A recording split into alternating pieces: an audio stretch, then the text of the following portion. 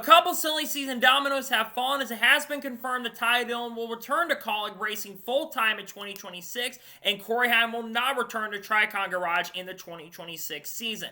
What's going on, guys? It's Daniel, and welcome back to our video. We got a couple big NASCAR stories discussed here today on the channel. Let's go ahead and jump in them really quickly. Let's first begin by talking about Corey Heim, as it was confirmed by Tricon Garage earlier this evening that Corey Heim is not expected to return to Tricon Garage in the 2026 NASCAR Craftsman Truck Series season. Here's a statement from Tricon Garage. A truly unforgettable wrong. Thank you for everything, champ. Now, they didn't officially confirm in their statement if he was gone, but judging by what they put out in the tweet, it is very likely, as expected, that Corey Heim was not going to return to Tricon Garage in the 2026 season. There's obviously been a lot of rumors and speculation going into this year that Corey Heim more than likely was not going to return to Tricon Garage on a full-time basis in 2026. There's obviously been rumors he could run part-time with this program in the 2026 season, but even after winning the championship this year, it was kind of rumored this likely was not going to happen where he was going to return, and now we know it's official that he will not be back with the program on a full-time basis in 2026. You think about everything that Corey Heim has done with Tricon Garage over the course of the last few years, going all the way back to 2023 when he joined the team in program. You think about 2023 in particular. 2023 was a very solid year for him. He picked up he picked up 3 victories in the 2023 season and showed extreme consistency throughout the year, even after and put together a great season, finished 4th in the championship. Then 2024 was a year he became extremely consistent, with picking up, I believe, like 6 or 7 wins during that year, and did win the most races in the 2024 season, but unfortunately he didn't win the championship because Ty Majeski finished ahead of him in the one-race deal, and Christian Eckes also was a little more consistent than Corey Heim in 2024. But not only did Corey Heim dominate 2025, putting together one of the best seasons, but he had one of the most consistent seasons in NASCAR truck history. In fact, I believe he had the most consistent season for a single driver in NASCAR Craftsman Truck Series history. Corey Heim picked up the most wins in a single season in 2025 with 12 wins in the year. He had, I believe, like 18 or 19 top 5s or something like that. Basically finished in the top 10, I think 22 top 10s, and picked up the most laps led in a single season. He only finished 3 times outside the top 10 throughout the entire season, and those 3 finishes were Atlanta, where he was leading the race, I believe, or up front. I think he had a fueling issue in the race, finished 23rd. He finished 17th to North Wilkesboro after contending for the win and leading with a few laps to go and dominating. And then Michigan and Pocono, where he was in contention to win both those races. So you could argue that Corey Heim this year, if things have gone even better, he could have finished in the top 5 and top 10 in almost every single race this year. His consistency was through the roof throughout 2025, and he put together such a phenomenal season. And what's so crazy about this year in particular is he could have won more than 12 races. You think about the race at Rockingham. He had the truck to beat and had a fuel issue near the end. Kansas was running up front. I think he had a penalty for changing lanes on a restart and finished 3rd in that race. Like I said, Michigan and Pocono. IRP, one of the few races I don't think he had the best car in the field. Bristol got held up on a restart and lost a ton of track position. And then, of course, Talladega, where he finished 2nd, was in position to win there. He was really good this year, but it's also not surprising and shocking with some of the rumors. Now, the big question around what is Corey Heim doing for 2026, there's a lot of questions around that in the industry and about what he'll be doing going into next year. Because obviously there's been a lot of rumors about what he's going to be doing right now. There's been rumors he isn't going to have a full-time ride going into 2026. One of the big rumors right now is that Corey Heim is going to have a part-time deal in the Cup Series with 2311 Racing. Then, of course, run part-time, win a 3rd Sam Hunt racing car. There was talk he could be in a 2nd Sam Hunt racing machine, but I'm not sure if they're going to do a 3rd car at this point, considering Harrison Burton is going to be full-time with that program next year and Dean Thompson is going to be back. But maybe they fund a 3rd car for next year, because he's obviously not going to go over to Joe Gibbs Racing and run for that program next year.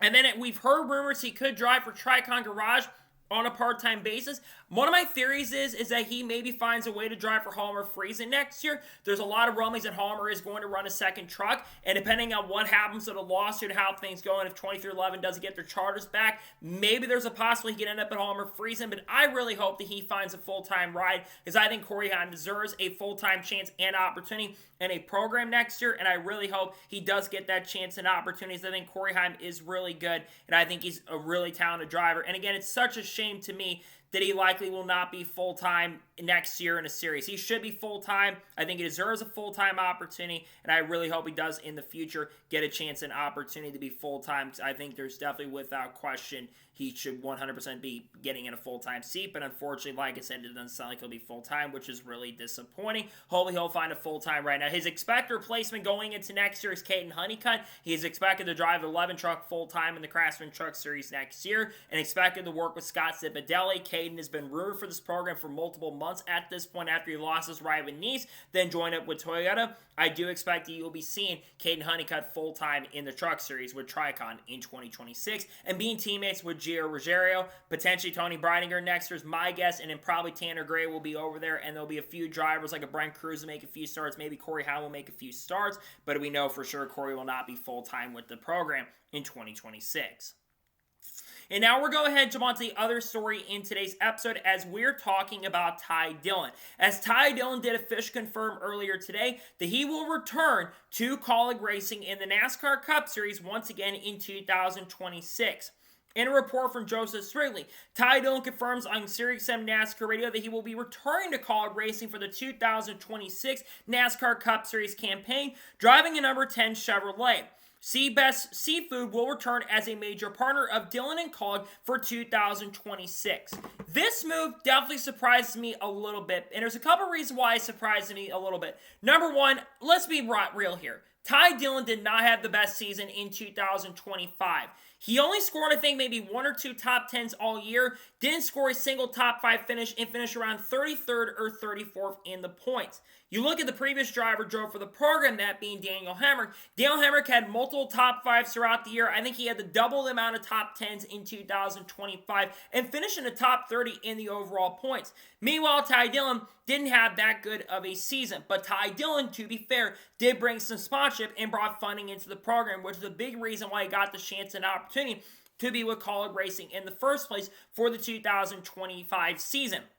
The other reason I'm definitely a little surprised he's full-time with the program, there's been a lot of rumors and speculation around that Ty Dillon was not going to be returning at least on a full-time stint in 2026. It was pretty much reported out there that potentially there could be multiple drivers driving a 10 car next year. We had heard rumors about Justin Haley making a few Cup Series starts in 2026 in the 10. There are also rumors, I think, about Brendan Butter being Quinn and Christian Neckes potentially driving a 10 car next year. But also, stability isn't a bad thing in general, and I don't think it's overall an awful move for the team and program to keep that stability going into 2026. But the other reason is because the ECR deal with Richard Childress Racing and Kaulig Racing is done. They're not going to have the ECR alliance going into 2026, especially with the fact that we have the Ram program going into next year, where the Ram program and Kaulig are going to be forming up, and we know down the road that Dodge is going to eventually bring their programs up to Cup in the future by 2027 or 2028 at the latest. I didn't think that Ty Dillon would be full-time at the program. I thought he'd be part-time with the program, but I did not think he'd be at least returning to this team next year. So this move definitely surprised me. Ty Dillon, I think, is a likable guy. He's a very likable personality. And again, the one thing, like I mentioned, he brings sponsorship and funding to the table. I just did not feel like that Ty Dillon fully deserved to be full-time even after some of the things. But again, he brings sponsorship and funding to the table. So what are the expectations going into next year? I don't expect Ty Dillon to be much worse in 2026 than he was in 2025. But I don't expect him to be much better either. I would not be surprised or shocked if you see Kaulig Racing in their Cup program struggle a little more than they did in 2025. Because they're not going to have the Chevrolet support going into next year. They're pretty much going to have zombie Chevys going into next season, although every Chevrolet team will have the new Chevy Camaro bodies going into next year. I would expect that there probably will be some struggles in the area for both drivers, not just Ty Dillon, but AJ Allmendinger as well. I think AJ is going to struggle with points this year, and I don't think their performance is going to be great. Now, once they get the Dodge stuff in Cup, that's when I think Kaulig Racing is going to be a little better going into 2026. And the other question you have to ask yourself, so what does this mean for guys like Justin Haley and Christian Neckes, who were rumored to be driving at least on a part-time stint with the program? I think there is a possibility you're going to see a third Kaulig Racing car in the Cup Series in 2026. They have the number 13 that they've used multiple times. They used it at points for AJ Allmendinger when he was full-time in the O'Reilly Series last year, or 2024.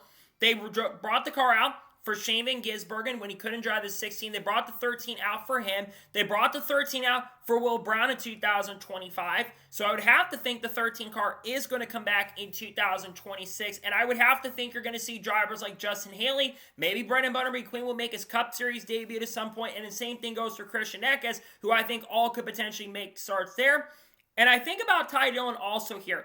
I wouldn't be surprised or shocked if you see Ty Dillon drive a Kaulig Ram truck, the All-Star truck. We've heard a lot of names associated with the Ram All-Star truck program for 2026. Among those names have been Tony Stewart, Casey Kane, Clayton Farland, Robbie Gordon, Elliott Sadler, Matt Kenseth was mentioned at one point, Jimmy Johnson was mentioned. I know Tony Breidinger was mentioned, but I do expect her to return to Tricon next year. Will Brown was mentioned at one point for the program, and I would have to think Ty Dillon and AJ Allmendinger are also going to drive those trucks in 2026 as well. But again, for Kaulig Racing, this move does make sense.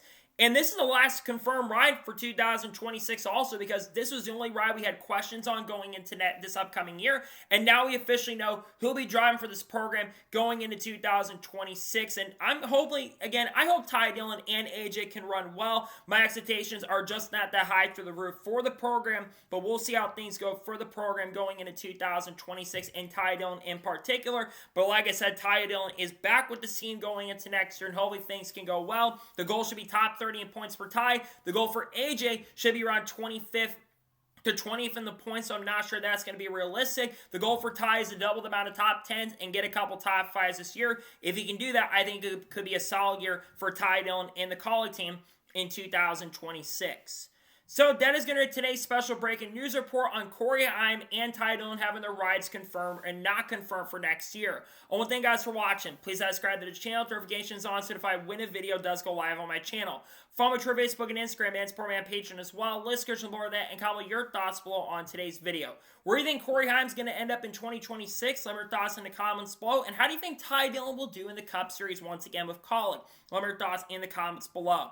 Tomorrow on the channel, we're going to have a video probably talking about either teams join the Cup Series and might have bold NASCAR predictions. Then, of course, on Friday, we're going to have a NASCAR news video dropping. And either Saturday and Sunday, I'm going to rank where I think every driver will finish in the championship standings in the 2026 year. I'm leaning toward releasing that on Sunday, but we'll have to wait and see. And then Monday, there should be a NASCAR news video dropping. We're going to have lawsuit coverage also in the next couple days. I wouldn't be surprised if you see a lawsuit update tomorrow on the channel also. And then coverage of that will be going into the video on Friday, among other things as well. There will be a silly season update dropping in the not-so-distant future. And if any other major news breaks, we'll talk about on the channel. There's a Viking Motorsports announcement tomorrow. I would have to think Anthony Alfredo is a favorite for that ride. We'll have to wait and see. We got content coming up. People like Haley Deegan, Shane Van Gisbergen, Carl Edwards, Kurt Busch, Kyle Busch, Bo Wallace, Ross Chastain, Sheldon Creed, Sam Merritt, Frankie Muniz, Clayton Farland, Dodge Ram, Connor Zillis, Jr. Motorsports, Daniel Suarez, Tony Stewart, Casey Kane, Will Brown, Brock Feeney, Cam Waters, all that good stuff we'll talk about on the channel coming days, and come we saw Michael Jordan as well, and Bubba Wallace. So anyways, like I said, I want to thank you guys for watching today's episode, and I'll see you guys next time for more great, awesome NASCAR content, other motorsports content on the channel like this. Take care, everybody.